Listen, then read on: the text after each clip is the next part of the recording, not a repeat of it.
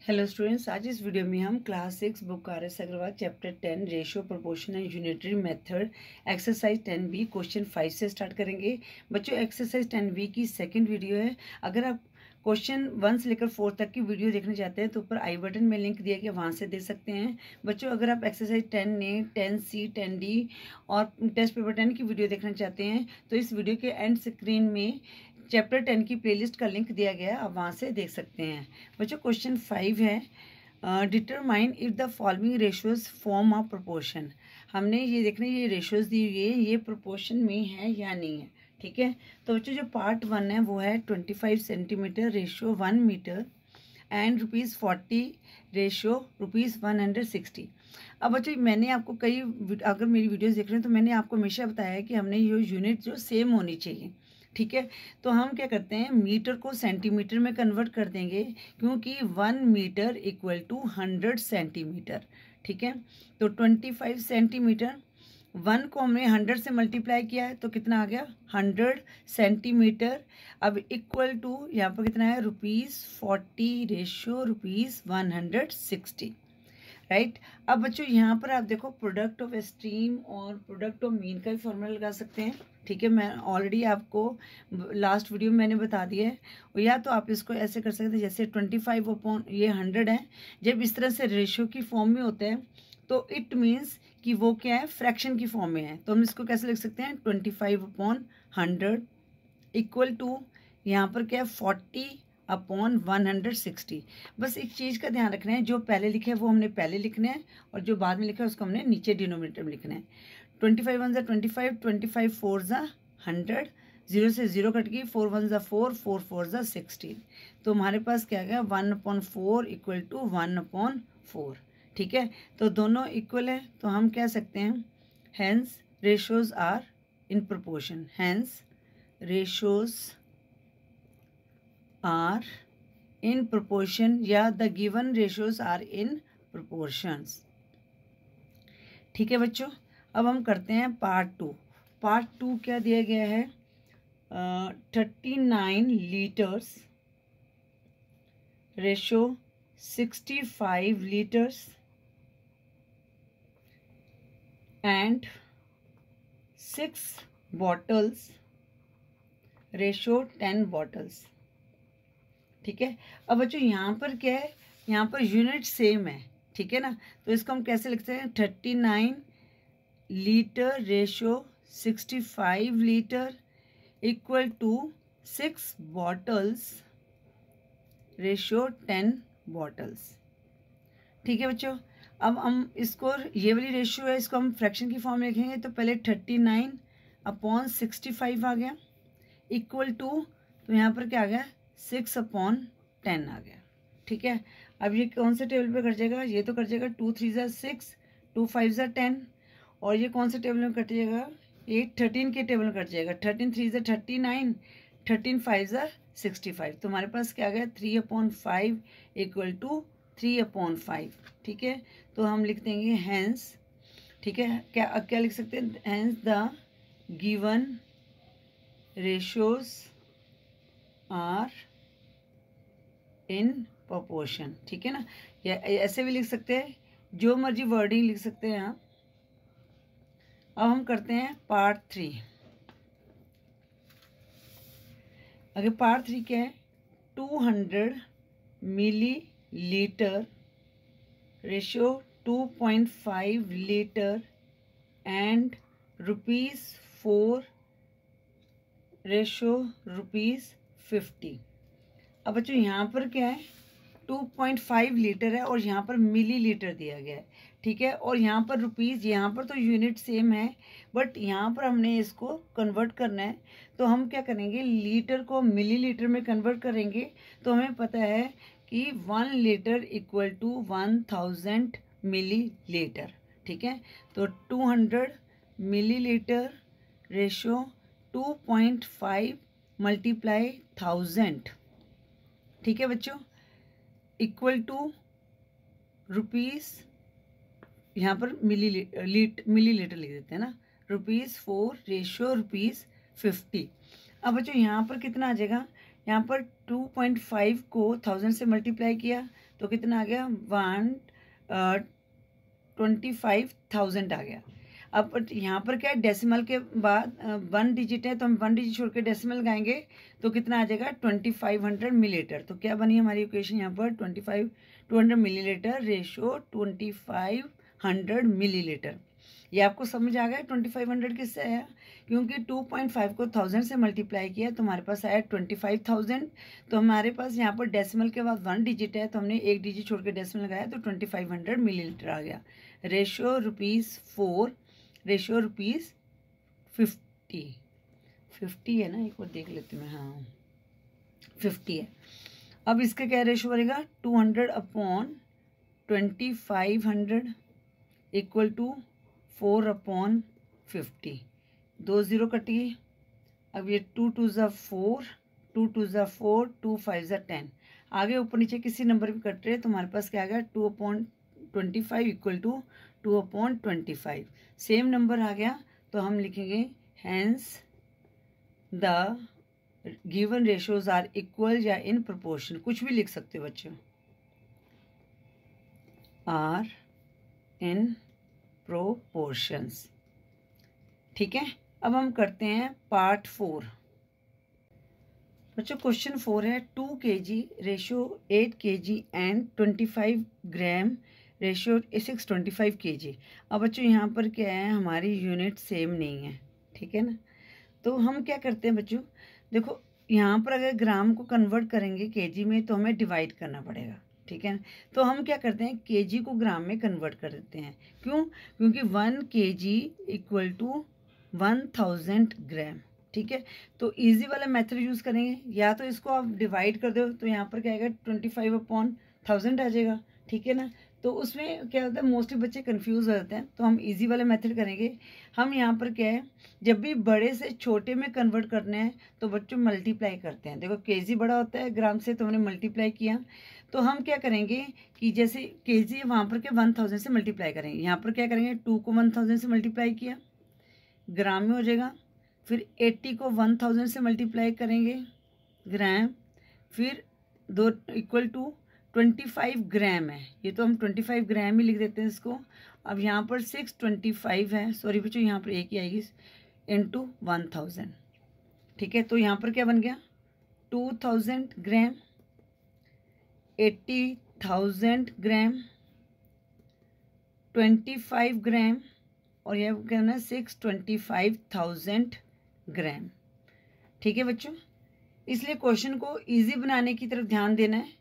तो अब इसका रेशो क्या बन जाएगा 2000/80,000 इक्वल टू यहाँ पर कितना आया 25/625,000, ठीक है। अब ये 30 यहाँ से कट गए और यहाँ पर कितना आ जाएगा 25 1 25, 25 2 50, 62 में से 50 को माइनस किया 12 बचा तो ये बन गया 125।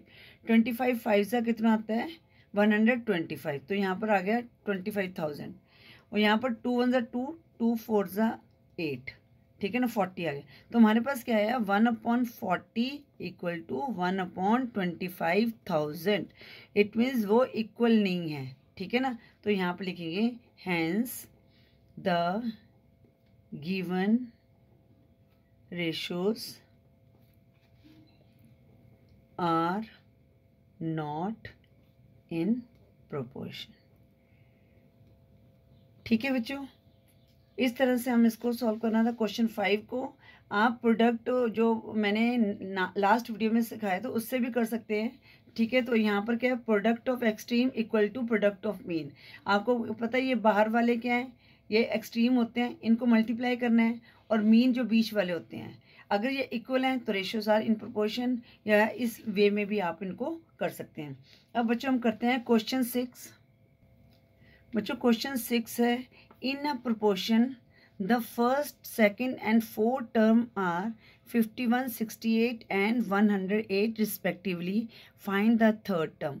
हमने थर्ड टर्म को लिखना है, ठीक है। तो बच्चों हम यहाँ पर करते हैं let the third term be x, ठीक है। तो फर्स्ट टर्म क्या दी हुई है 51 इज टू 68 इक्वल टू, तो यहाँ पर दो रेशो, इसका मतलब इक्वल टू होता है। अब थर्ड टर्म यहाँ x लिख लेते हैं, शो 108। ठीक है बच्चों, तो आप इसको या तो प्रोडक्ट ऑफ एक्सट्रीम इनटू वो वाला मेथड लगा सकते हैं। ठीक है ना, तो यहाँ पर हम क्या करेंगे, product of extreme 51 multiply 108 equal to 68 into x. तो यहाँ पर आप लिख सकते हैं product of extreme equal to product of mean. ठीक है, अब यहाँ पर हम x की वैल्यू निकालेंगे, तो x की वैल्यू यहाँ पर नीचे चलेगी 51 मल्टीप्लाई 108 अपॉन 68। ठीक है, अब हम इसको काट देते हैं, किस पे कटेगा ये, 4 के टेबल में कट जाएगा, 4 2 ज़ा 8, रिमाइंडर टू 28, 4 7 ज़ा 28, 4 1 ज़ा 4, 6 में से 4 माइनस किया 2, 28, 4 7 ज़ा 28, 17 मल्टीप्लाई 3 कितना आ गया 51, तो 27 को 3 से मल्टीप्लाई किया कितना आ गया 81। तो x की वैल्यू कितनी आ गई बच्चों, यहाँ पर x है। ठीक है, फिर 27 into 3 equal to 81 equal to x, मतलब x की वैल्यू कितनी आ गई 81 आ गई। ठीक है, एक तो ये वाला मेथड है बच्चों। ठीक है ना, ये मैंने, और एक वही वाला मेथड जो अभी तक हम करते आए हैं। ठीक है, इसको ऐसे भी कर सकते हैं, यहाँ पर क्या है 51 upon 68 equal to x upon 108। अब यहाँ पर 68 इंटू एक्स आ गया, 108 इंटू 51 आ गया, सेम ये वाली टर्म आ जाएगी 108 इंटू 51 अपॉन 68। ठीक है, जब इसको काट दोगे आप तो यहाँ पर किस पे कट जाएगा, यहाँ पर कितना आया था 17 आया था, यहाँ पर आया था हमारे पास 27, 17 3 ज़ा 51, तो x इक्वल टू 27 इंटू 3, 3 7 ज़ा 21, 1 2 कैरी 3 2 6 81 आ गया। ठीक है, इस तरह से भी आप कर सकते हो, ये सेकंड मेथड वाला है। ठीक है ना, अब हम करते हैं क्वेश्चन 7। क्वेश्चन 7 क्या दिया गया है, the first third and fourth terms are proportion are 12 8 14 respectively, find the second term। तो बच्चों यहाँ पर भी हम लिख लेते हैं let the second term be x। ठीक है, तो इसको second term be x, first कितने 12। ठीक है, फर्स्ट टर्म, एक मिनट बच्चों ना, एक मिनट, फर्स्ट टर्म क्या है 12 है। ठीक है, सेकंड टर्म क्या दी गई है, सेकंड टर्म को हमने निकालना है, वो x है इक्वल टू, फिर हमारे पास क्या है 8 एंड 14। ठीक है बच्चों, ये हमारी बन गई इक्वेशन। अब आप कर सकते हैं 12 इंटू 14। ठीक है, हम इस वाले मेथड से कर सकते हैं, आप इस वाले मेथड से भी कर सकते हैं। ठीक है ना, तो 12 into 14 equal to x into 8, या x into 8 equal to 12 into 14 भी लिख सकते हैं। ठीक है ना, तो यहाँ पर आप मेंशन कर सकते हो product of extreme equal to product of mean. ठीक है, तो यहाँ पर x की वैल्यू निकालनी है, तो x equal to 12 into 14 upon 8 आ जाएगा। अब ये किस पे जाएगा, 2 4 ज़ा 8, 2 7 ज़ा 14, 4 3 ज़ा 12, तो 7 3 ज़ा 21, तो x की वैल्यू कितनी आ गई 21। तो आप यहाँ पर आंसर में अगर मेंशन करें तो लिख सकते हैं सेकेंड टर्म इक्वल टू 21, और यहाँ पर लिख सकते हैं third term equal to 81 answer में। ठीक है बच्चों, इस तरह से क्वेश्चन 7 को सॉल्व करना है। बच्चों अगर आपको क्वेश्चन समझ आ रहे हैं और आपको वीडियो अच्छी लग रही है तो प्लीज़ वीडियो को लाइक करें। अब हम करते हैं क्वेश्चन 8। क्वेश्चन 8 क्या है, show that the following are in continued proportion.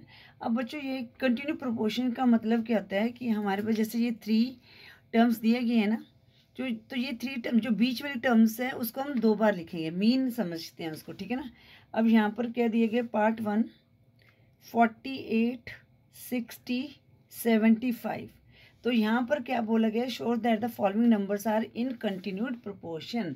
तो आप ऐसे लिख सकते हो, द गिवन नंबर्स, ठीक है, 48 60 75 are in continued प्रोपोर्शन, थोड़ा सा देखो, अगर आपने सिस्टमेटिक लिखना है तो इस तरह लिख सकते हो।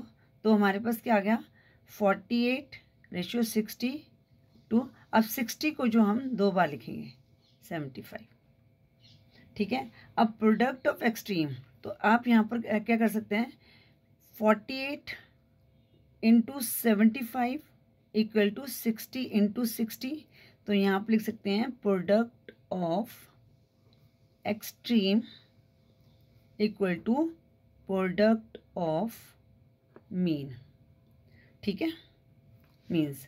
अब तो अब यहाँ पर 48 को 75 से मल्टीप्लाई करते हैं, ठीक है। इसको किया तो 3600 आया। 48 को 75 से करेंगे, ठीक है। 5 8 40 0 4 कैरी। अब बच्चों यहाँ पर ना वैदिक मैथ की ट्रिक यूज़ कर रही हूँ। तो फर्स्ट जो स्टेप है वो क्या करेंगे, इनको मल्टीप्लाई किया तो ये 4 कैरी हो गया। अब हमने क्रॉस मल्टीप्लाई करना है। 4 जैसे 7 8 56, 56 + 4 जो कैरी था 60 हो गया, और 5 4 20। तो 60 + 20 कितना हो गया 80, 0 8 कैरी हो गया। अब हम इनको मल्टीप्लाई करें, 7 4 28 + 8 कितना आएगा 3600। अगर बच्चों मेरी आप वैदिक मैथ की ट्रिक सीखना चाहते हैं तो मेरे एक अलग से चैनल है मैथ इज़ फन वर्सेटाइल, तो उसमें मैंने वैदिक मैथ की ट्रिक्स डाली हैं। तो उसका जो है आपको मैं डिस्क्रिप्शन में लिंक दे दूँगी, आप उस चैनल को सब्सक्राइब कर ले, तो आप वहाँ पर आप ये ट्रिक्स भी देख सकते हैं। तो यहाँ पर 3600 आ गया, ठीक है। तो यहाँ पर ये 3600 आ गए, तो इक्वल ये हो गया हमारे पास। तो यहाँ पर हम लिख सकते इक्वल आ गए यहाँ पर, तो यहाँ पर लिखेंगे hence the numbers, the given numbers लिखो, given numbers are in continued proportions, ठीक है बच्चों। इस तरह से हमने ये क्वेश्चन 8 के पार्ट 1 को करना था। अब पार्ट 2 भी हम वैसे ही करेंगे। वहाँ पर दिया गया है 36 90 और 2 to 5, ठीक है बच्चों। तो यहाँ पर हम क्या लिखेंगे, यही लिखेंगे the given numbers 36 90 25 2 to 5 are in continued proportions, ठीक है। It means 36:90। तो यहाँ पर कितना आ जाएगा 90:2 to 5। जो बीच वाला है इसको मीन कहते हैं, तो इसको तुमने 2 बार लिखना है, ठीक है। अब हम करते हैं 36 को 2 to 5 से मल्टीप्लाई, और करेंगे 36 को 90 को 90 से, मीन आ गया ना ये, ठीक है ना। ये प्रोडक्ट ऑफ एक्सट्रीम, ठीक है। तो हम लिखेंगे यहाँ पर product of extremes equal to product of means, ठीक है बच्चों। या तो आप ऐसे भी कर सकते हैं, प्रोडक्ट ऑफ एक्सट्रीम लिखा, फिर 36 × 225 कर दिया, फिर उसको मल्टीप्लाई कर दिया कि जितना आएगा, फिर प्रोडक्ट ऑफ मीन 90 × 90। अब 90 × 90 कितना आ गया 8100 आ गया। ये तो इजी है। अब हम इसको करते हैं 2 to 5 को 36 से, 6 5 30 0 3 कैरी, 6 2 12 + 3 15 5 1 कैरी, 6 2 12 13 3 5 15 5 1 कैरी, 3 6 7 3 2 6। अब अच्छा देखो यहाँ पर कितनी स्पेस ले लिए, तो इसकी ना एक बहुत शॉर्टकट ट्रिक है, तो वो मैंने अपने दूसरे चैनल में डाली हुई है। अगर आप देखना चाहते हो तो वहाँ से देख सकते हैं। तो 5 + 5 10 0 1 कैरी 1 11 1 कैरी 6 7 8 8100 आ रहा है इसका भी, ठीक है ना। तो लिखेंगे hence the given numbers are in continued proportions, ठीक है बच्चों। इस तरह से हमने ये पार्ट 2 को सॉल्व करना था। अब हम करते हैं पार्ट 3 ऑफ क्वेश्चन 8 का पार्ट 3 है। वो क्या है दिया गया 1684 441, ठीक है। तो यहाँ पर हम लिखेंगे the given numbers 1684 441 are in continued proportions, ठीक है बच्चों। तो हम कैसे लिखेंगे इसको 16:84, मीन टर्म कौन सी है 84, तो इसको हम 2 बार लिखेंगे, रेशियो 441। अब हम 16, अब यहाँ पर देखो प्रोडक्ट ऑफ एक्सट्रीम इस तरह से भी कर सकते हो, प्रोडक्ट ऑफ या 16/84 करके भी कर सकते हो। प्रोडक्ट ऑफ एक्सट्रीम, एक्सट्रीम में कौन कौन सा है, 16 × 441 और प्रोडक्ट ऑफ मीन, ठीक है। तो प्रोडक्ट, तो यहाँ पर कितना आ जाएगा हमारे पास, ये 84 × 84 है ना। तो 441 को 16 से मल्टीप्लाई करते हैं, 6 1 6, 6 4 24, 4 2 कैरी, 6 4 24 प्लस 2 26, 1 4 4 5 0 4 2 6 7056 आया इसका, ठीक है, 7056। अब 84 को 84 से करते हैं, देखो बच्चों कितना टाइम लग रहा है इसको, ठीक है ना। तो 4 1 66, 1 कैरी, 4 8 32 प्लस 1 33, आगे 8 4 32, 2 3 कैरी, 8 8 64 प्लस 3 67, 6507। तो यहाँ पर भी कितना है, 7056। और बच्चों देखो ये स्पेस भी कितना ले रहा है, ठीक है। जो आप ट्रिक सीखोगे ना उसमें इतना स्पेस भी नहीं लगेगा। तो यहाँ पर लिखेंगे hence the given numbers are in continued proportions, ठीक है बच्चों। इस तरह से आपने क्वेश्चन 8 को सॉल्व करना है। अब हम करते हैं क्वेश्चन 9। क्वेश्चन 9 है, if 9, x, x, 9 are in proportion, 9, x, x 49 are in proportion, find the value of x। तो बच्चों यहाँ पर क्या क्या, 9:x, x:9, ठीक है। अब 9 को 49 से मल्टीप्लाई करेंगे, इक्वल टू x को x से मल्टीप्लाई किया। तो बच्चों अब 9 को 49 से मल्टीप्लाई करना है, ठीक है। तो हमारे पास कितना आ जाएगा, 9 9 से 81, 1 8 कैरी हो गया, 9 4 36 प्लस 8, 36 प्लस 8 कितना आ जाएगा बच्चों, यहाँ पर 36 44, 44 x का स्क्वायर, ठीक है। तो आपने बच्चों यहाँ पर क्या है, x को स्क्वायर को हटाने के लिए क्या करेंगे, इसका अंडर रूट निकालेंगे 441 और यहाँ पर x आ जाएगा, ठीक है। तो बच्चों ये जो 441 है ये किसका है, 21 का। इसको करेंगे जरा, तो 21 × 21 करेंगे तो आपके पास कितना आ जाएगा, 21 आ जाएगा, ठीक है ना। तो 21 × 21 कितना, 441। तो ये रूट में है, रूट 21 इक्वल टू 21, रूट 21 कितना आएगा, 21 इक्वल टू x। तो x की वैल्यू कितनी आ गई बच्चों, 21।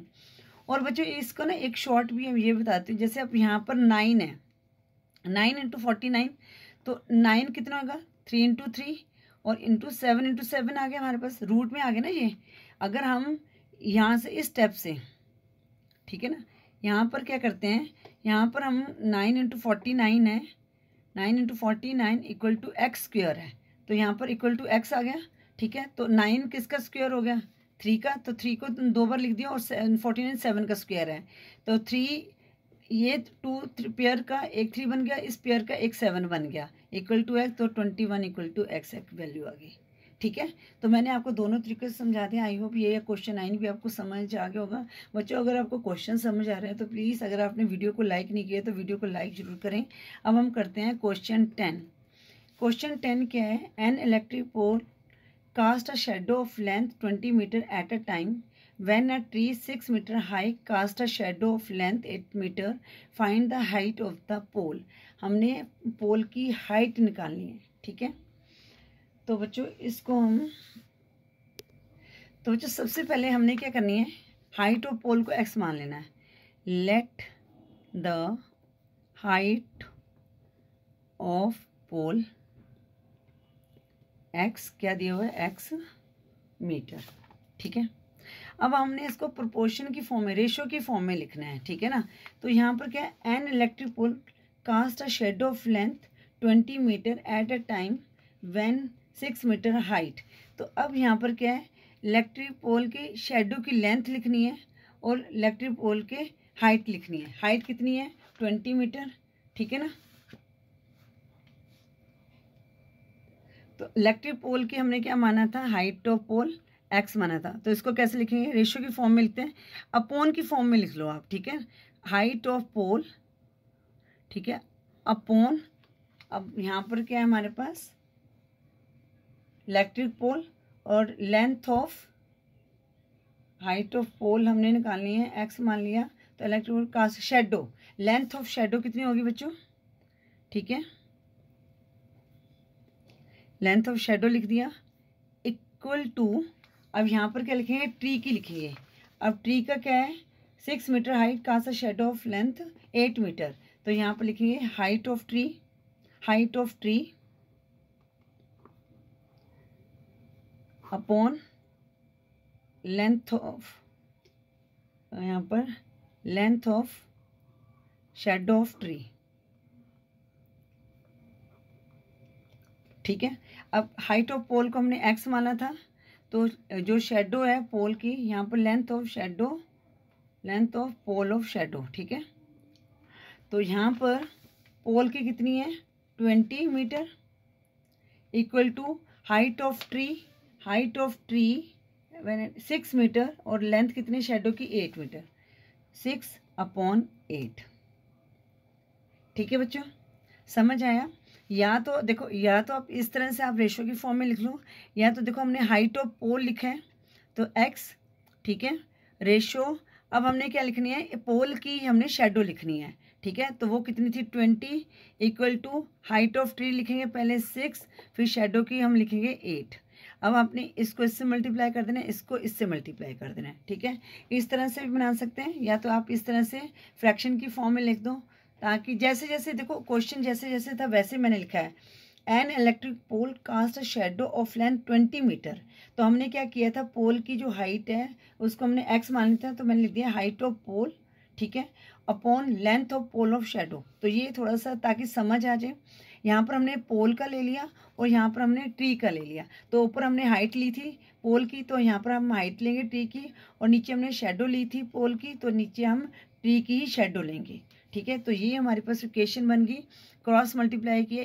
8 × x इक्वल टू 6 × 20, तो x की वैल्यू निकाल लेंगे 6 × 20, तो यहाँ पर अपॉन में 8 चला जाएगा, अब ये इसको काटेंगे 2 3 ज़ा 6, 2 4 ज़ा 8, 4 5 ज़ा 20, तो x equal to 3 × 5 equal to 15 metre, ठीक है, तो हमारे पास पोल की हाइट कितनी आएगी, height of pole is 15 metre, ये हमारा आंसर आ गया क्वेश्चन 10 का। आई होप आपको क्वेश्चन 10 भी समझ आ गया होगा, ठीक है बच्चों, बहुत इजी है बच्चों, आपको अगर क्वेश्चन अच्छे समझ आ रहे हैं, मेरा समझाया आपको समझ आ रहा है, तो प्लीज़ अपने फ्रेंड्स को भी फॉलो करने के लिए बोलें। अब हम करते हैं क्वेश्चन 11 बच्चों, क्वेश्चन 11 है, find the value of x if 5:3 x:6, बच्चों वैसे ही क्वेश्चन जैसे हमने ऊपर किए ना वैसे ही सेम करना है, आपने क्या, या तो इसको लिख दो 5/3 इक्वल टू x/6, 3 को x से मल्टीप्लाई कर दो और 5 को 6 से मल्टीप्लाई कर दो, x इक्वल टू 5 × 6/3, 3 2 ज़ा 6, तो 5 × 10, 2 कितना आ जाएगा 10 आ गया, तो x की वैल्यू क्या आ गई 10 आ गई, ठीक है बच्चों, इस तरह से हमने क्वेश्चन 11 को सॉल्व करना था। बच्चों अगर आपको वीडियो यूज़फुल लगी है तो प्लीज़ वीडियो को लाइक ज़रूर करें। आई होप ये क्वेश्चन 5 से लेकर 11 तक आपको अच्छी तरह से समझ आ गए होंगे। अगर चैनल पर न्यू हो तो चैनल को सब्सक्राइब करें। Thank you for watching. Next video में हम एक्सरसाइज 10C को स्टार्ट करेंगे।